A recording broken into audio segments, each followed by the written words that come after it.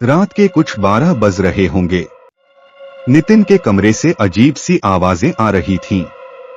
उसकी मां को कुछ गड़बड़ी महसूस हुई और उन्होंने दरवाजे के बाहर से आवाज दी, नितिन तुम क्या कर रहे हो? अचानक अंदर से सामान के गिरने और टूटने की तेज आवाजें आने लगी। मां ने घबराकर दरवाजा खोला। अंदर का दृश्य देखकर उनके होश उड़ गए।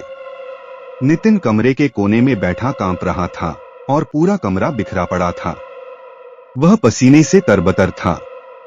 क्या हुआ बेटा? मां ने परेशान होकर पूछा। नितिन ने कांपते हुए दीवार की तरफ इशारा किया। मां, वह मुझे मार देगा। मां ने चौंककर पूछा। कौन बेटा, कौन मार देगा? नितिन जवाब देने से पहले ही बेहोश हो गया और कमरे की लाइट अपने आप बंद हो गई। चारों तरफ अंधेरा फैल गया और एक भयानक चीखने की आवाज पूरे कमरे में गूंजने लगी। ऐसा लगा मानो कोई दानव चिल्ला रहा हो। माँ किसी तरह कमरे से बाहर निकली और चादर बत्ती लेकर आई। अंदर का नजारा देखकर वह हिल गई। नितिन दीवार पर उल्टा लटका हुआ था और भयानक हंसी हंस रहा था। माँ रोने लगी और चिल्लाकर बोली, ऐसा क्यों कर रहा है नितिन? तभी अचानक किसी ने माँ को पीछे से धक्का दिया और उनका सिर टेबल से टकरा गया। वह बेहोश हो गई। नितिन भयानक आवाज में चिल्लाया, मैं अब आजाद हूँ। शैतान तेरा भोग मैं लगाऊंगा। आवाज सुनकर नितिन का छोटा भाई गोलू दौड़कर कमरे में आया। माँ को नीचे गिरा देख वह उन्हें उठाने लगा। तभी उसने देखा कि नितिन का चेहरा भयानक और अजीब हो गया है और वह उसे घूर रहा है।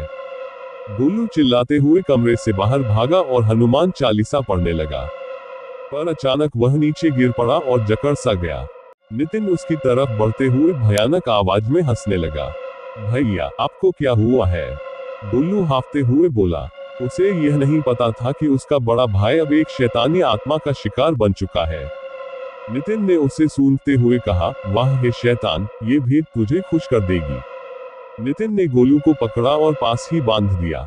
फिर न जाने क्या मंत्र पढ़ने लगा और किचन से चाकू लेकर आया।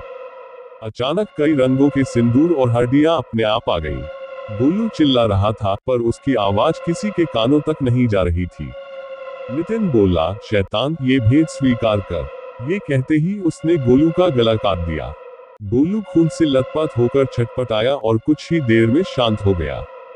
नितिन हंसता रहा, या कहें उसके अंदर समाये शैतानी आत्मा हंस रही थी। फिर वह बोला, मैं तुम्हारे पास आ रहा हूँ शैतान, और बाहर निकल गया। अगली सुबह माँ को होश आया। बाहर आकर देखा तो गोलू का शरीर खून से लथपथ पड़ा था। माँ रोते हुए नितिन को पुकारने लगी पर कोई जवाब नहीं मिला। पड़ोसियों ने ये देख पुलिस को फोन किया। पुलिस आए और गोलू के शरीर को ले गई। माँ अबोध हो चुकी थी और बार बार कह रही थी कि नितिन ने ही गोलू की हत्या की है। विनय, जो नितिन का दोस्त था, वहां आया। उसने सोचा, नितिन ऐसा क्यों करेगा? वह तो अपने छोटे भाई से बहुत प्यार करता था। विनय ने माँ से पूछा तो माँ रोते हुए बोली, परसों से वह कुछ अलग तरह का व्यवहार कर रहा था।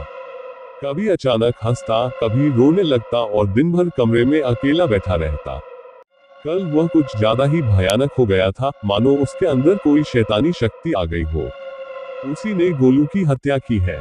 विनय ने सोचा, लौटते वक्त भी तो वह अजीब हरकतें कर रहा था और वह मंदिर की घटना जिसने हमें डरा दिया था। विनय ने दोस्तों को फोन करके बताया कि नितिन ने अपने भाई की हत्या कर दी है और वह गायब है। दोस्तों ने कहा, मुझे तो मंदिर से ही कुछ खराब लग रहा था। क्या सच में नितिन पर किसी शैतानी शक्ति का साया है? क्या हुआ था उस मंदिर में जो उनकी जिंदगी हमेशा के लिए बदल गई? इस रहस्य की गहराई में जाने के लिए और जानने के लिए कि आगे क्या हुआ, देखना न भूलें हमारे अगले पार्ट को। अगर आपको ये कहानी दिलचस्प लगी तो हमारे चैनल को लाइक करें, सब्सक्राइब करें और कमेंट में अपनी राय जरूर बताएं। हमें आपके विचारों का इंतजार रहेगा।